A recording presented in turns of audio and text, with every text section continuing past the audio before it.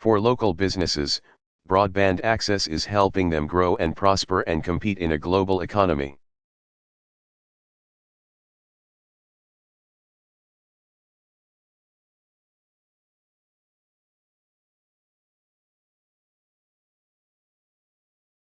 In fact, Marquette has been rated one of the top 5 e-cities in Michigan for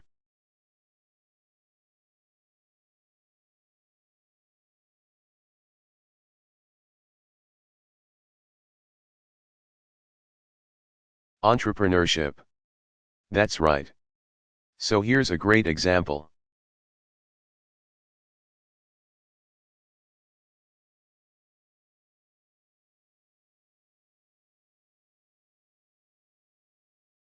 Getz's Clothiers. The Getzes are here. Where are the Getzes? They're around here somewhere. There they are, right there.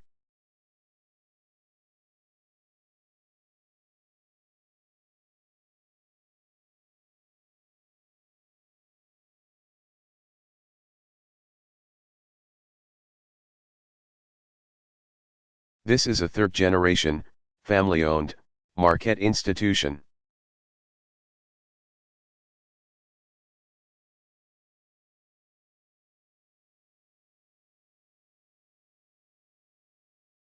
They've occupied the same downtown store for more than a century, but with the help of broadband.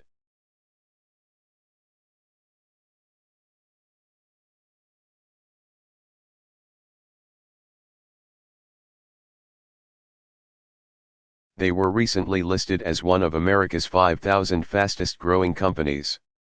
Now, how did they pull that off?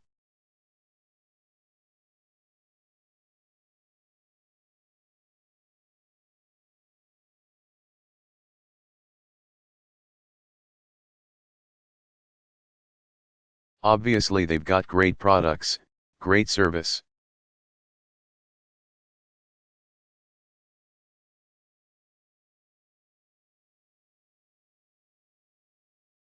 But what's also true is online sales now make up more than 2/3 of their annual revenue.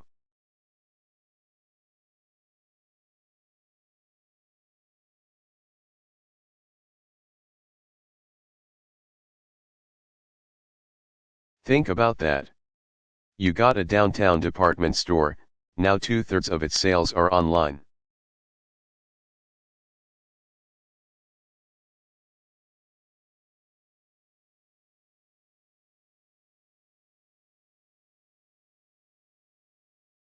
It can process more than 1,000 orders a day, and its workforce has more than doubled.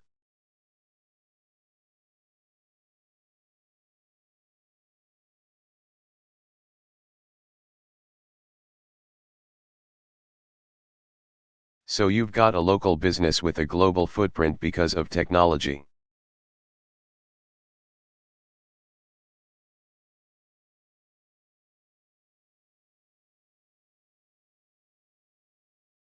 Now, if you can do this in snowy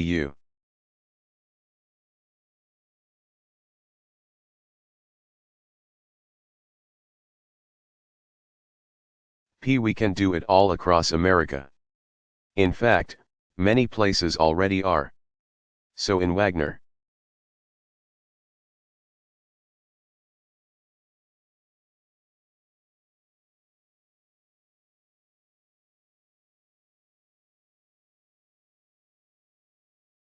South Dakota, patients can receive high-quality, life-saving medical care from Sioux Falls.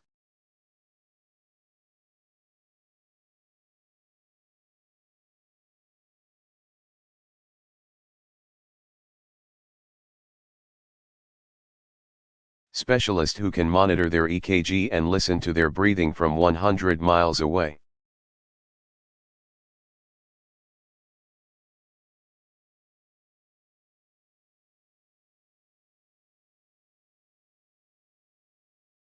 In 10 Sleep, Wyoming. I love the name of that town, 10 Sleep. It's a town in Wyoming of 300 people.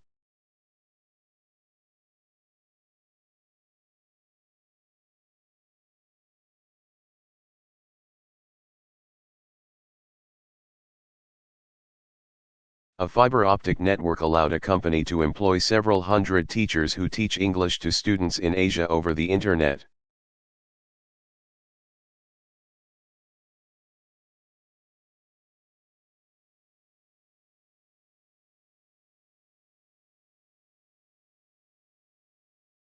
"24 hours a day." You've all heard about outsourcing. Well,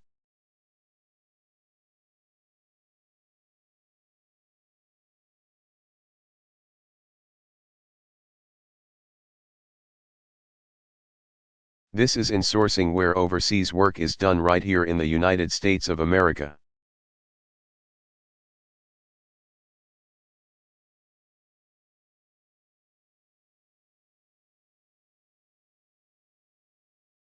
So we want to multiply these stories. We want to multiply your story all over the country.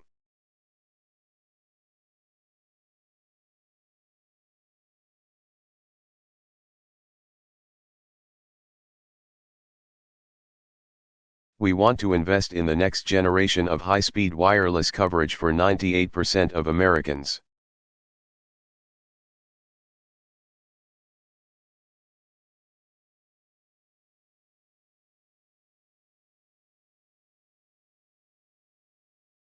This isn't just about faster internet or being able to find a friend on Facebook.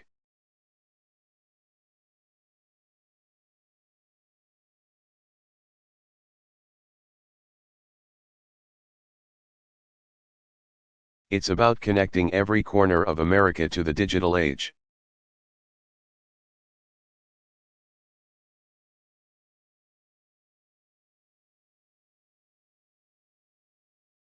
It's about a rural community in Iowa or Alabama where farmers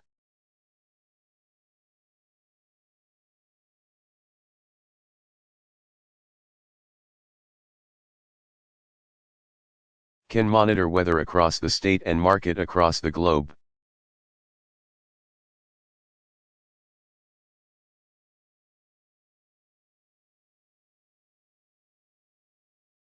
It's about an entrepreneur on Main Street with a great idea she hopes to sell to the big city.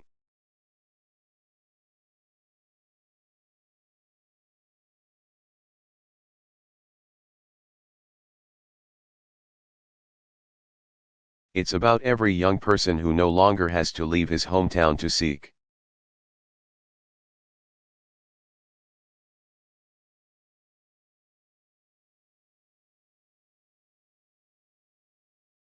new opportunity, because opportunity is right there at his or her fingertips.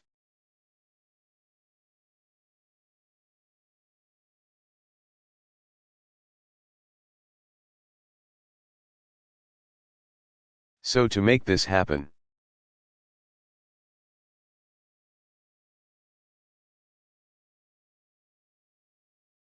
we're going to invest in research and development of emerging technologies and applications.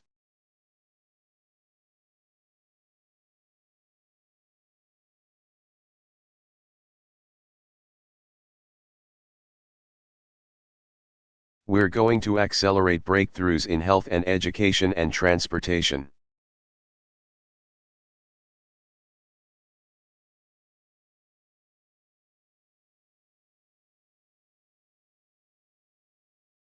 And deploy a new nationwide, interoperable wireless network for first responders, making sure they've got the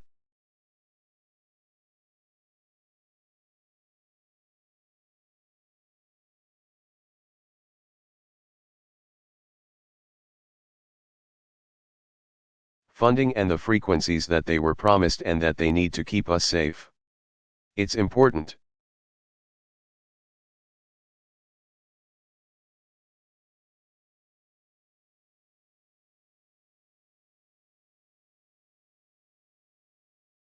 By selling private companies the rights to these airwaves, we won't just encourage private investment and expand wireless access.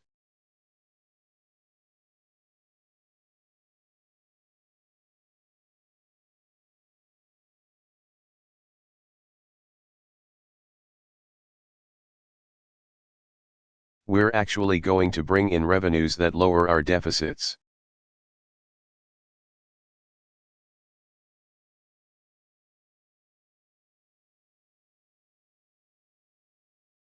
Now, access to high-speed internet by itself won't make a business more successful.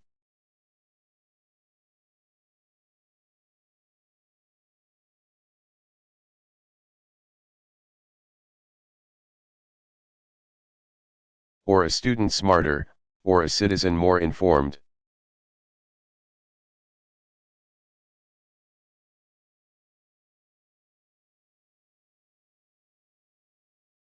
That takes hard work. It takes those late nights.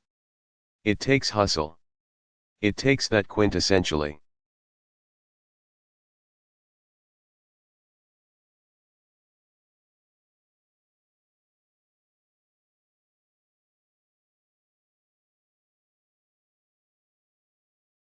American drive to be the best.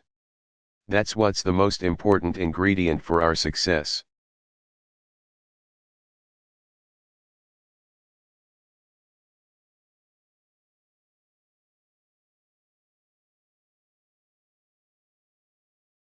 But we've always believed that we have a responsibility to guarantee all.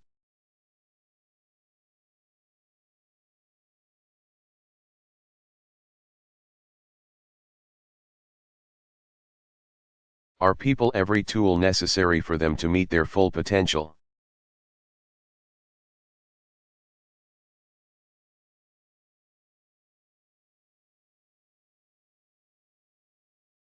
So if they're willing to work hard, they can succeed.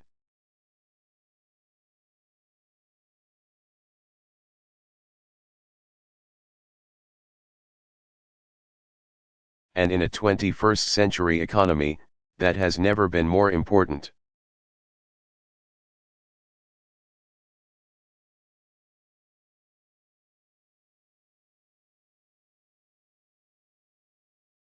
Every American deserves access to the world's information.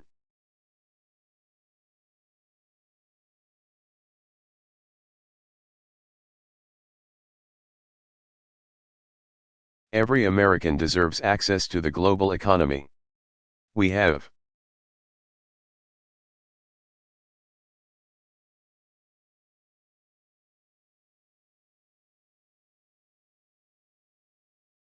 Promised this for 15 years. It's time we delivered on that promise.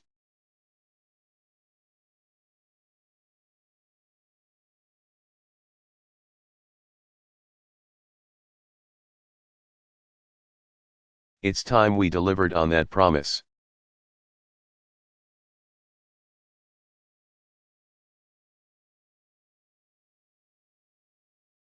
So connecting our people.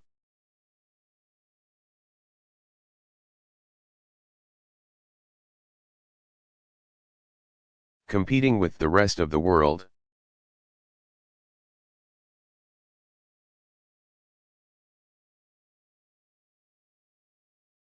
Living within our means without sacrificing what's required to win the future.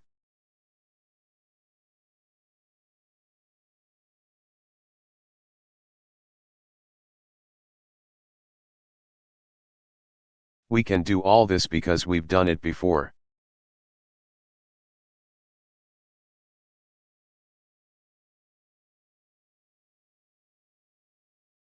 In 1960, at the height of his presidential campaign, JFK came to Michigan.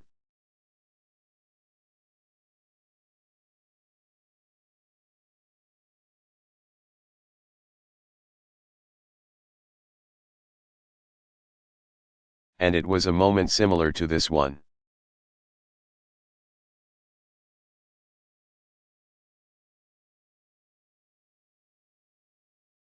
Other nations were doing their best to try to take our place at the top.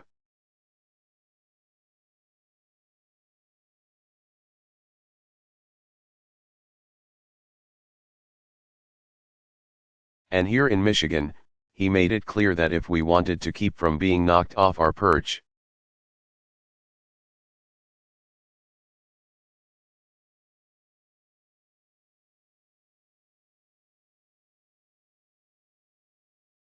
there could only be one goal for the United States.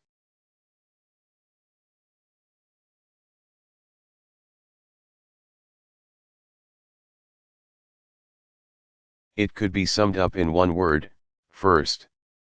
First.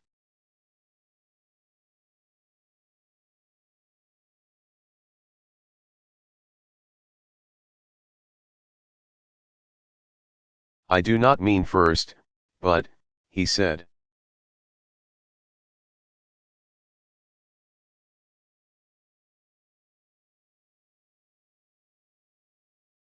I don't mean first, when. I don't mean first, if. I mean first period. And the real question now.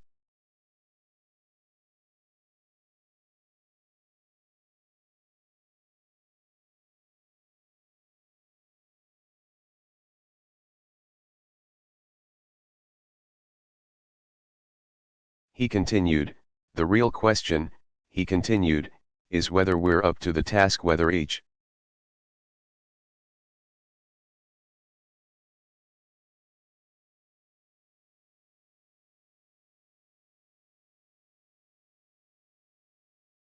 and every one of us is willing to face the facts, to bear the burdens, to provide the risks.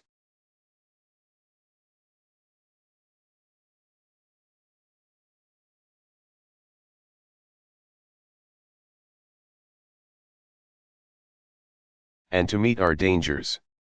That was 50 years ago. But things haven't changed in terms of what's required to succeed.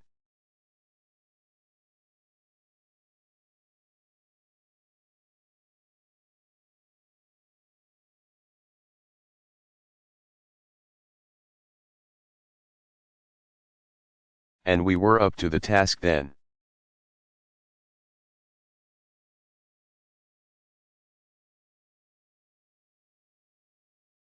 I believe we're up to the task today.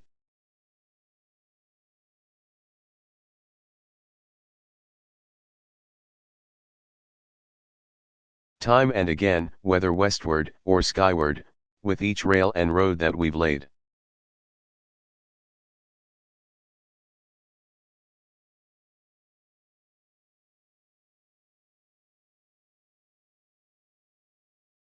In every community, we've connected with our own science and imagination.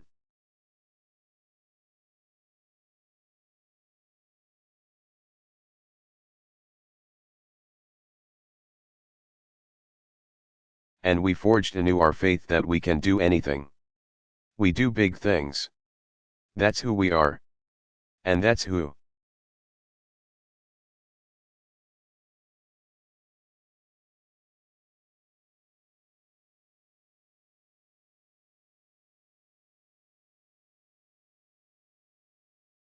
we're going to have to be again, a young nation that teaches the world to march forward.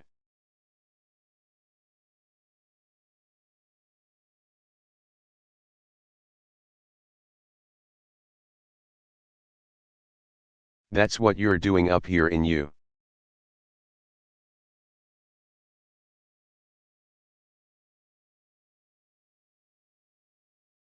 That's what you're doing here at Northern Michigan University.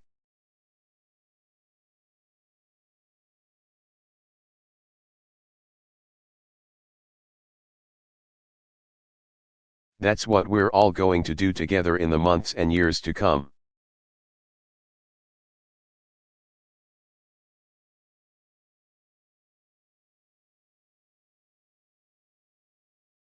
Thank you.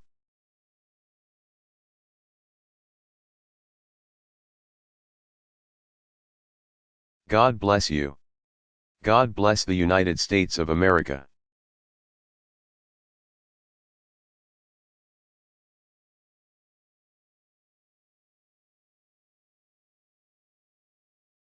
Barack Obama.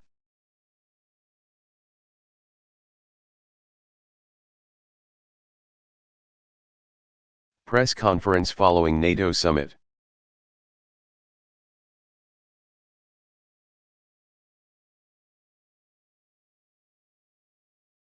Delivered July 9, 2016, Warsaw, Poland.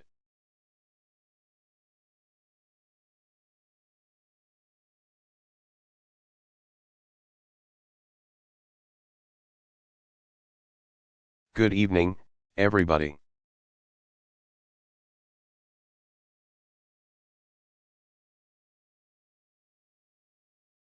Once again, I want to thank the government and the people of Poland for hosting this NATO summit.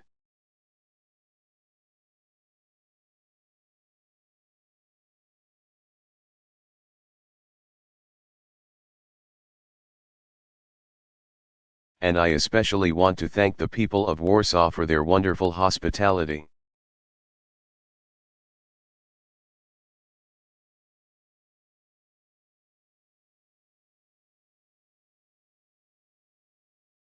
It is my third visit to Poland.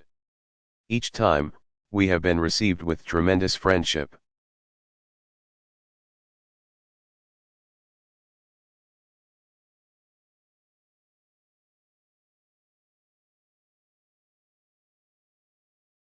And it signifies the close bonds between our two countries.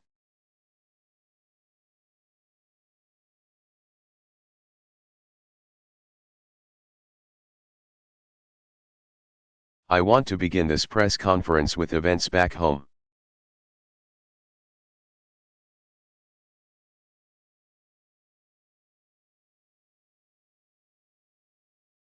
This has been a tough week first and foremost.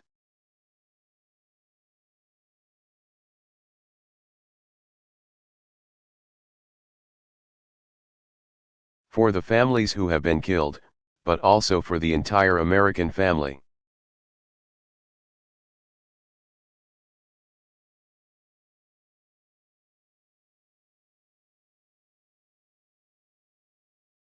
In my call yesterday to Attorney General Loretta Lynch, I stressed that the Justice Department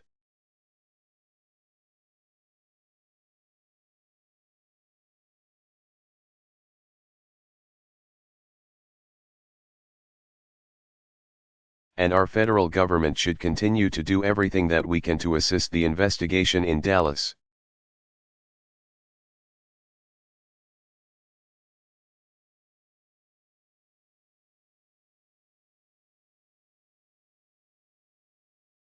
And to support the police and the city of Dallas as they deal with this tragedy.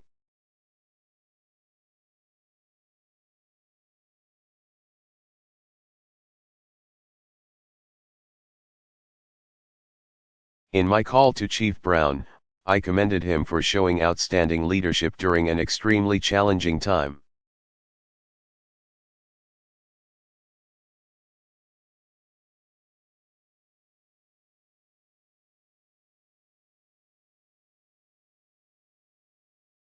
And asked him to convey to all the officers and their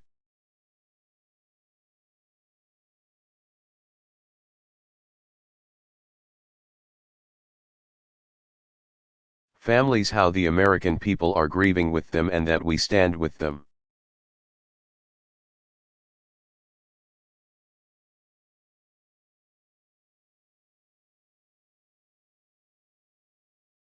I'll have the opportunity to convey our condolences and show our solidarity when I visit Dallas in a few days.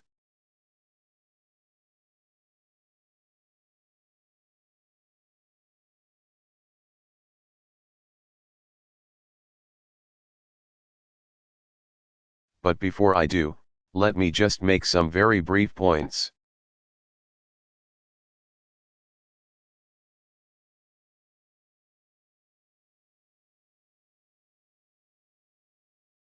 First of all, as painful as this week has been,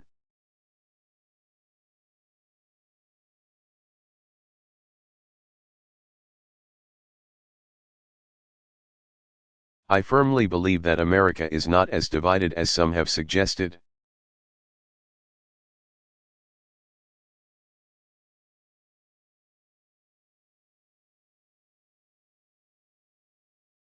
Americans of all races and all backgrounds are rightly outraged by the inexcusable attacks on police.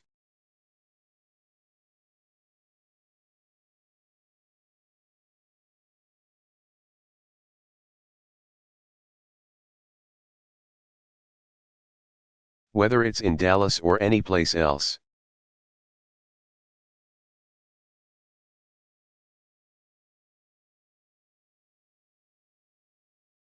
That includes protesters.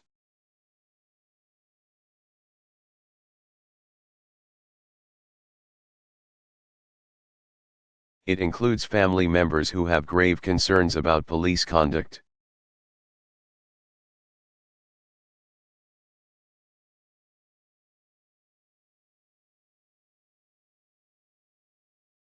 And they have said that this is unacceptable. There's no division there. And Americans of all races and all backgrounds are also rightly.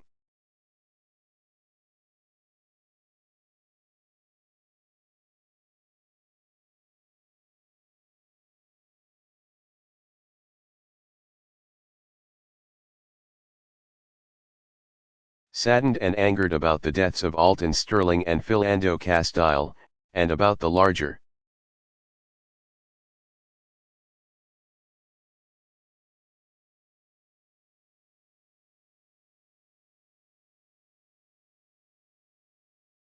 persistent problem of African Americans and Latinos being treated differently in our criminal justice system.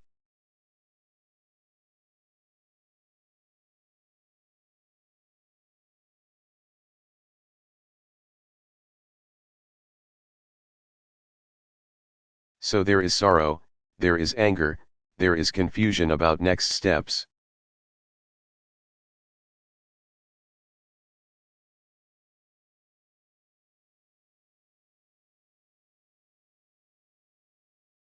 But there's unity in recognizing that this is not how we want our communities to operate.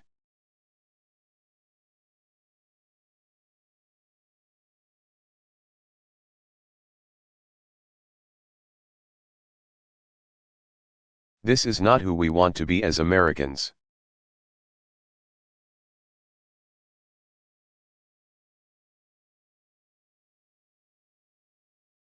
And that serves as the basis for us being able to move forward in a constructive and positive way.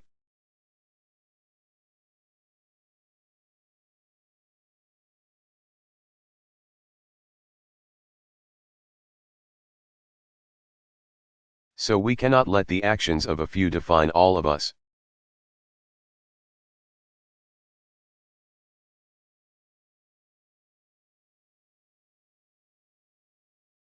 The demented individual who carried out those attacks in Dallas, he's no more representative of African.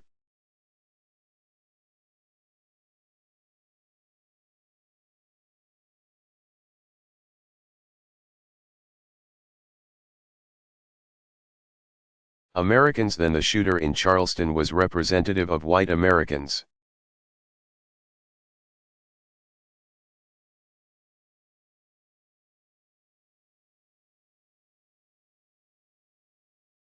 Or the shooter in Orlando or San Bernardino were representative of Muslim Americans. They don't speak for us. That's not who we are.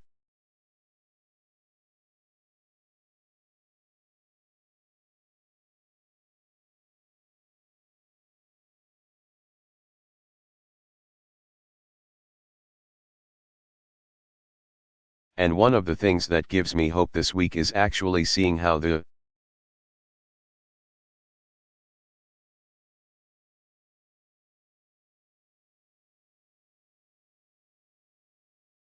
overwhelming majority of Americans have reacted with empathy and understanding.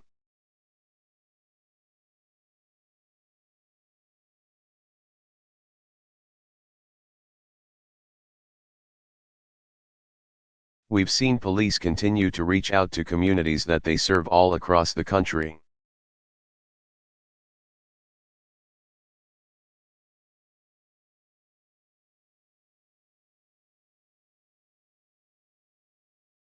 And show incredible professionalism as they're protecting protesters.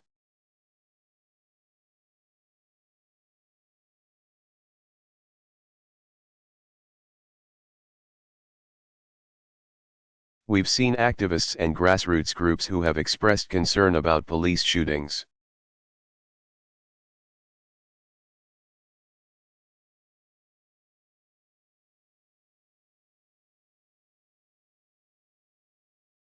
But are also adamant in their support of the Dallas Police Department, which is particularly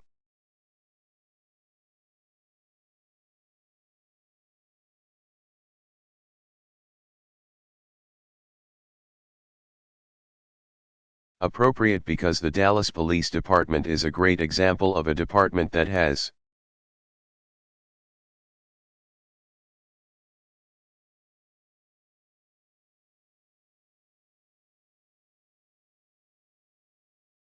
taken the issue of police shootings seriously and has engaged in an approach that has not only